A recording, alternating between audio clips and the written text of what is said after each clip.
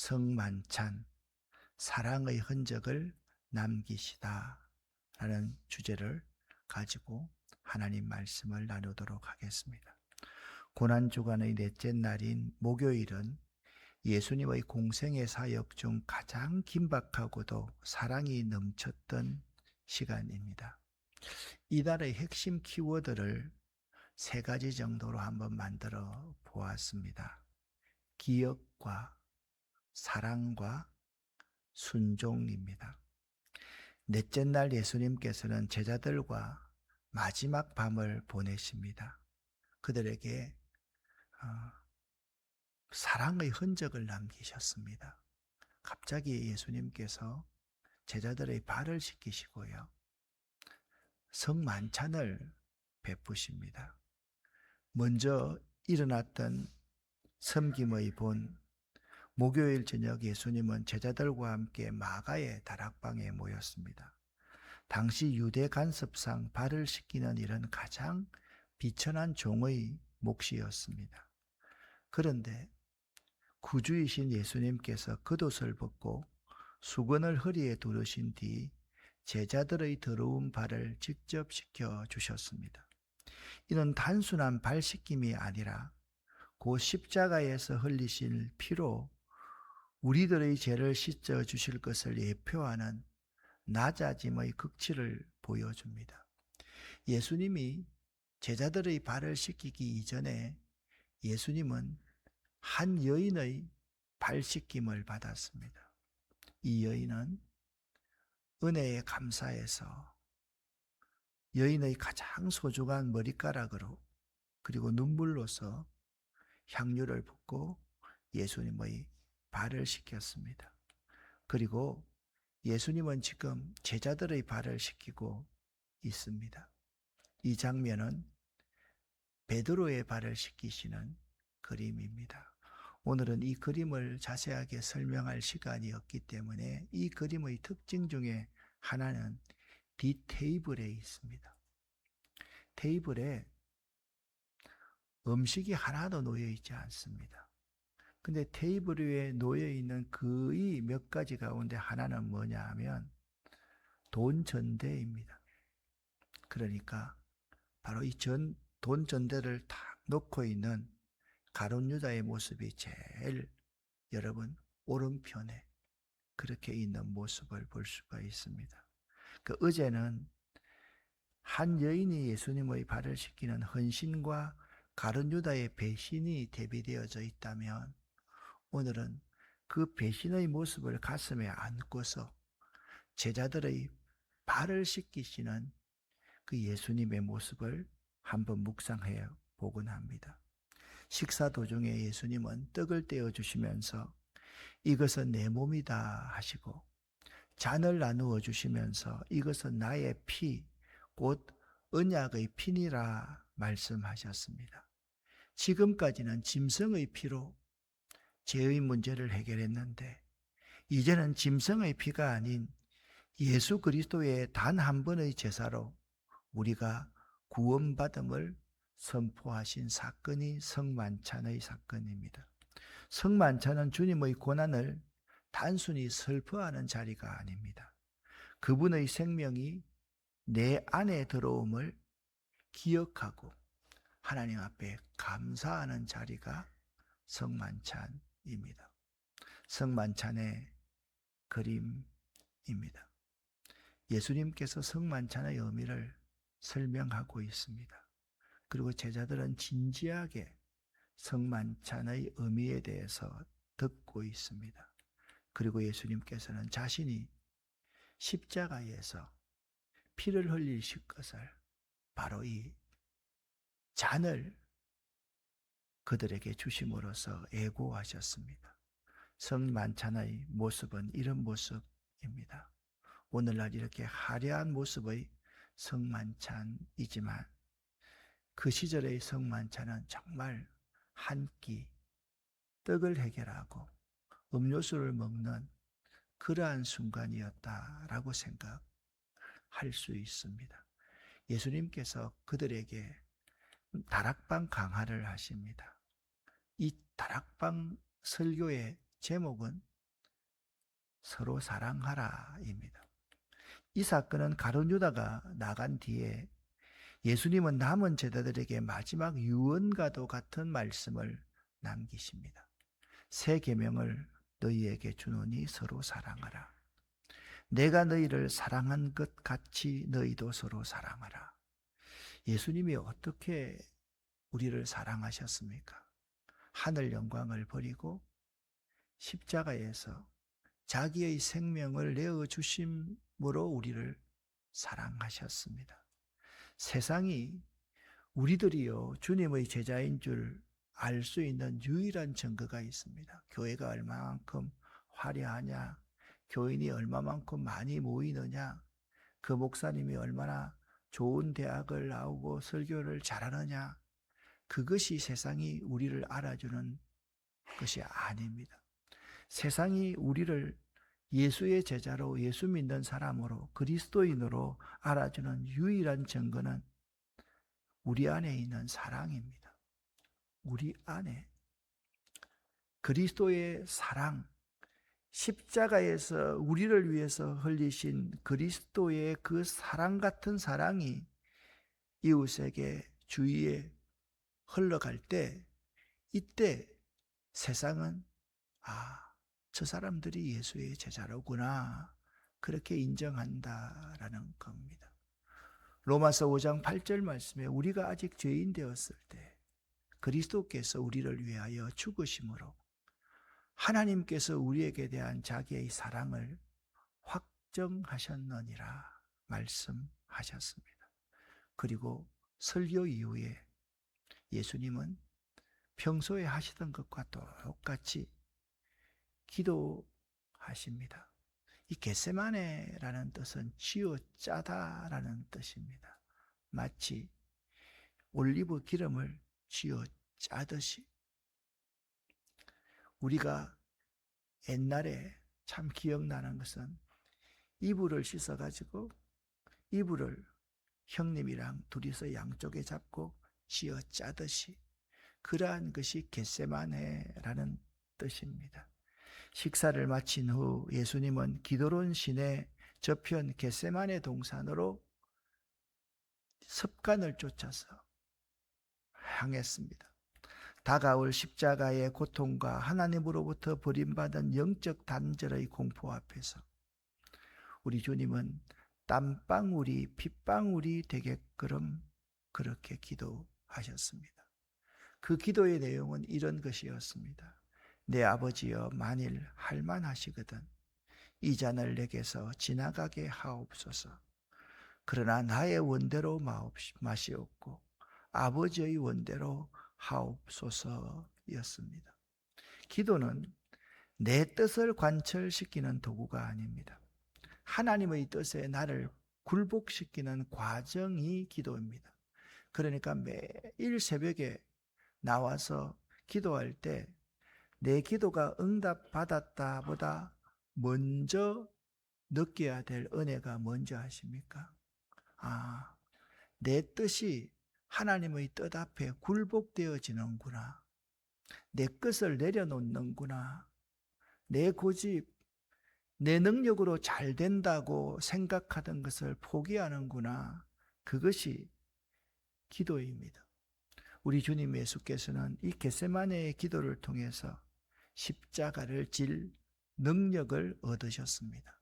자, 바꾸어서 말하면 겟세마네 기도처럼 기도하지 않으면 누구든지 십자가를 질 수 없다. 찬송가를 잘 부릅니다. 십자가를 질 수 있나 주가 물어보실 때 죽기까지 따르리 저들 대답하였다. 그 십자가를 질 수 있나 없나는 겟세마네처럼 기도하는 것에 달려있다. 기도하는 목회자는요 반드시 십자가를 지게 되어 있고요, 기도하는 성도는 반드시 십자가를 지게 되어 있습니다. 기도를 그냥 나는 언제든지 기도해요, 다니면서 기도해요, 그렇게 생각하는 사람은 십자가를 질 수 없습니다. 다음 날 새벽입니다. 바로 기도의 장소에서 예수님은 체포가 됩니다. 예수님께서 마귀의 시험을 받으러 나가실 때도 성령에 이끌리어서 마귀의 시험을 받았기 때문에 마귀의 어떠한 유혹에도 이길 수 있었습니다. 예수님이 겟세마네 동산에서 기도하는 도중에 체포되었기 때문에 그 이후에 모든 스토리는 생각할 필요가 없습니다. 이길 수밖에 없는 게임입니다. 게임이라고 표현해서 좀 죄송하지만 겟세마네 동산에서 기도하다가 체포되셨다. 그 이후에는 하나님이 그를 어떻게 인도하실지 너무나도 자명하게 나와 있는 복선이 거기에 깔려 있기 때문입니다. 이제 비아 돌라로사, 고난의 길이 비로소 시작된 것입니다. 목요일 밤의 행적은 요한복음 13장 1절의 말씀으로 요약됩니다. 세상에 있는 자기 사람들을 사랑하시되 끝까지 사랑하시니라. 오늘 우리 주님께서 여러분을 사랑하시되 끝까지 사랑하실 줄 믿으시기를 예수 이름으로 간절히 축원합니다. 여러분이 자기 사람들입니다. 자신이 십자가에서 대가를 지불하고 산 사람이 여러분과 저희다 잊지 마시기를 바랍니다. 예수님은 겟세마네에서 땀방울이 핏방울이 되게끔 기도하셨습니다. 예수님의 겟세마네는 고뇌하는 자리였습니다. 예수님의 겟세마네는 자기를 내려놓고 자기 생명을 하늘의 밀로서 땅에 묻는 그 순간이었습니다. 오늘 본문 말씀이 누가복음 22장 14절부터 20절까지의 말씀을 쉬운 성경으로 함께 합독하겠습니다. 때가 되어 예수님께서 식사 자리에 앉으셨습니다. 그리고 제자들도 예수님과 함께 앉았습니다. 예수님께서 제자들에게 말씀하셨습니다. 내가 고난을 받기 전에 너희와 함께 이 유월절 음식을 먹기를 간절히 바랐다. 내가 너희에게 말한다. 유월절이 하나님 나라에서 이루어질 때까지는 다시는 유월절 식사를 하지 않겠다. 예수님께서 잔을 받아서 감사 기도를 드리고 말씀하셨습니다. 이 잔을 받아 너희들끼리 나누어 마셔라. 내가 너희에게 말한다. 하나님 나라가 올 때까지 포도열매에서 난 것을 이후로는 마시지 않을 것이다. 그리고 예수님께서 빵을 들고 감사 기도를 드렸습니다. 그리고 떼어서 제자들에게 주시며 말씀하셨습니다. 이것은 내가 너희에게 주는 내 몸이다. 이것을 행하여 나를 기념하여라. 이와 같이 빵을 드신 후에 잔을 가지시고 말씀하셨습니다. 이 잔은 너희를 위하여 흘리는 내 피로 세운 새 언약이다. 21절은 희미하게 처리해 놓았습니다. 보아라, 나를 넘겨줄 사람의 손이 나와 함께 식탁에 있다. 저는 고등학교 시절에 은혜를 받았습니다. 그때 누가복음 22장 이 말씀을 읽으면서 예수님이 진짜 하나님이구나 그 생각을 해보았습니다. 여러분 가만히 이 부분 말씀을 다시 한번 보십시오. 15절 16절 말합니다. 16절입니다. 내가 너희에게 말한다. 유월절이 하나님 나라에서 이루어질 때까지 다시는 유월절 식사를 하지 않겠다. 유월절은 언제 있었던 사건입니까? 이스라엘 백성들이 출애굽하기 직전에 있었던 사건입니다. 그런데 예수님이 이 사건을 자기 자신의 죽음과 아주 긴밀하게 연결한 것이 아니라 그 사건이 자기 자신의 죽음의 사건이었다라고 해석하셨기 때문입니다. 예수님께서 잔을 받아서 감사 기도를 드리고 말씀하셨습니다. 이 마지막 만찬에서 새로운 역사가 시작됩니다. 예수님께서 제자들과 마지막 식사를 나누시던 그 많은 밤은 단순한 이별의 자리가 아니었습니다. 그것은 인류 전체의 역사를 바꾸는 역사의 전환점이었습니다. 이 잔은 너희를 위하여 흘리는 내 피로 세우는 새 언약이니라. 여기 언약이라는 헬라어는 디아테케라는 단어를 사용합니다. 이 단어 디아테케라는 단어는 단순한 약속이 아니라 생명을 담보로 한 절대적인 계약, 다시 말해 유언과도 같은 확정된 약속을 의미합니다. 부도 날리는 약속이 아닙니다. 약속하고 지키지 않는 약속이 아닙니다.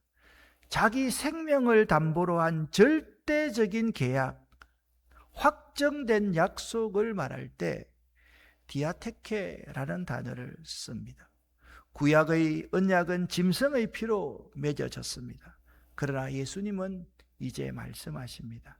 이제는 짐승의 피가 아니라 내 피로 언약을 세운다. 이것은 단순한 종교의 변화가 아닙니다. 구원의 방식을 의미합니다. 구원의 방식 자체가 온전히 바뀌었음을 우리에게 가르쳐 주고 있습니다. 예수님과 우리의 언약은 피로 세워진 언약입니다. 성경에서 피는 단순한 상징이 아닙니다. 히브리적 사고에서는 피는 곧 생명 자체를 말합니다. 즉 예수님이 말씀하신 것은 이것입니다. 내 생명을 너희에게 준다. 내 생명으로 너희를 살린다. 구약에서는 인간이 죄를 지으면 짐승의 피를 대신 흘려야만 했습니다. 그러나 그 피는 완전하지 못한 임시적인 덮음이었습니다. 그래서 매해 대제사장이 한 번씩 지성소에 들어가서 짐승의 피를 뿌려야만 했습니다. 하지만 예수님의 피는 다릅니다. 반복될 필요가 없는 단 한 번의 희생, 완전한 속죄, 영원한 효력, 그래서 이것을 새 언약이라고 부르는 것입니다. 왜 새 언약입니까? 예레미야 33장에서는 이렇게 말씀합니다. 내가 새 언약을 맺으리라. 이 새 언약은 도대체 무엇이 새롭습니까? 세 가지 새로운 것이 있습니다. 율법은 돌판에 새겨졌습니다. 그런데 새 언약은 신비에 새겨졌습니다. 이전의 언약은 율법이 외부에 있었습니다. 그러나 새 언약은 마음에 새겨집니다. 두 번째의 특징입니다. 새 언약은 조건이 아니라 은혜입니다. 옛 언약은요, 지키면 살고 어기면 죽는다 였습니다. 어겨서는 안 되는 것이었습니다. 실수로 어겨도 그는 죽음을 받을 수밖에 없었습니다. 그런데 새 언약은 은혜입니다. 내가 너를 위해 대신 죽고 내가 죽음으로 너를 살린다 입니다. 이것이 새 언약의 특징입니다. 세 번째입니다. 새 언약은 반복이 아니라 완성입니다. 옛 언약은 계속 제사가 필요했습니다. 새 언약은 예수님의 십자가로 완성되었습니다. 옛 언약을 위해서는 제사장들만 필요했습니다. 레위인도 필요했습니다. 그러나 새 언약에서는 우리 모두가 다 제사장이다. 할렐루야. 그렇게 말씀하고 있습니다. 사랑하는 성도 여러분, 오늘 저녁 행했던 예수님의 성만찬의 의미는 무엇입니까? 예수님은 떡을 떼시며 잔을 주시며 이것은 너희를 위하여 주는 내 몸이라, 이 잔은 새 언약의 피라, 그렇게 말씀하셨습니다. 그것은 세 가지를 동시에 우리에게 가르쳐주고 있습니다. 여러분, 성만찬에 항상 참여하면서 이 세 가지는 꼭 기억해야만 합니다. 이번 주 설교에도 이 세 가지가 나오게 될 것입니다. 먼저 나를 기념하라, 기억하라 입니다. 우리는 성만찬을 통해 예수님의 십자가를 잊지 않도록 부름받은 존재입니다. 그래서 어떤 교회는 매주일 성찬식을 하는 교회가 있습니다. 설교 시간을 이만큼 줄이고 매주일 성찬의 떡과 잔을 드는 교회도 있습니다. 굉장히 의미 있습니다. 두 번째, 성만찬의 의미는 참여하라라는 의미입니다. 우리가 축복하는 자는 그리스도의 피에 참여함이 아니냐라고 성경은 말씀하고 있습니다. 성만찬은 그리스도의 생명에 참여하는 사건입니다. 우리가 그 성만찬의 자리에 있다는 것 자체가 그리스도의 피와 살에, 그리스도의 희생에, 그리스도가 하나의 밀이 되시는 것에 참여하는 것이다 라는 사실을 알아야만 합니다. 성만찬의 마지막 의미는 선포하라입니다. 주께서 오실 때까지 그의 죽으심을 전하는 것, 이것이 성만찬 참여의 의미입니다. 성만찬은 과거를 기념하는 동시에 미래를 향한 희망의 선언입니다. 그렇습니다. 성만찬의 의미는 세 가지입니다. 만찬을 들 때마다 여러분 꼭 예수의 십자가 그 대속의 사건을 기억하십시오. 그리고 예수님의 그 만찬의 자리에 여러분이 항상 참여하십시오. 그리고 예수의 십자가 위에서의 죽으심을 온 만민에게 선포하십시오. 그것이 성만찬의 의미입니다. 러시아의 대문호 토스토옙스키의 작품 죄와 벌 속에는 이와 비슷한 장면이 등장합니다. 주인공의 이름을 여러분에게 말씀드릴 수 있는데 일부러 제가 주인공의 이름을 뺐습니다. 한 죄인이 자신의 죄책감에 눌려서 스스로를 포기하려고 합니다. 그는 나는 용서받을 수 없는 죄인이라고 말을 합니다. 그때 그녀를 사랑하는 한 인물이 말합니다. 당신이 생각하는 것보다 더 큰 사랑이 있다면 당신은 다시 살아갈 수 있지 않겠습니까? 그 죄인은 그 말을 듣고 무너집니다. 왜냐하면 그는 처음으로 자신을 대신해 사랑하는 존재를 느꼈기 때문입니다. 사랑하는 아름다운 교회 성도 여러분, 예수 십자가가 바로 그러한 것입니다. 내가 감당할 수 없는 죄를 누군가가 대신 짊어지고 피 흘려 해결한 사건이 바로 이 십자가입니다. 성만찬을 이해하고 받아들이는 사람은 반드시 세 가지를 기억해야만 합니다. 십자가, 사랑을 받아들이고 기억하는 사람은 첫 번째, 은혜를 잊지 않는 사람이 되어야만 합니다. 매 순간 자신이 자신의 것이 아니라 예수의 생명으로 핏값을 주고 산 몸이라는 사실을 알고 자신을 이웃과 주님과 복음과 하나님 나라를 위해서 드릴 수 있는 사람이 되어야만 합니다.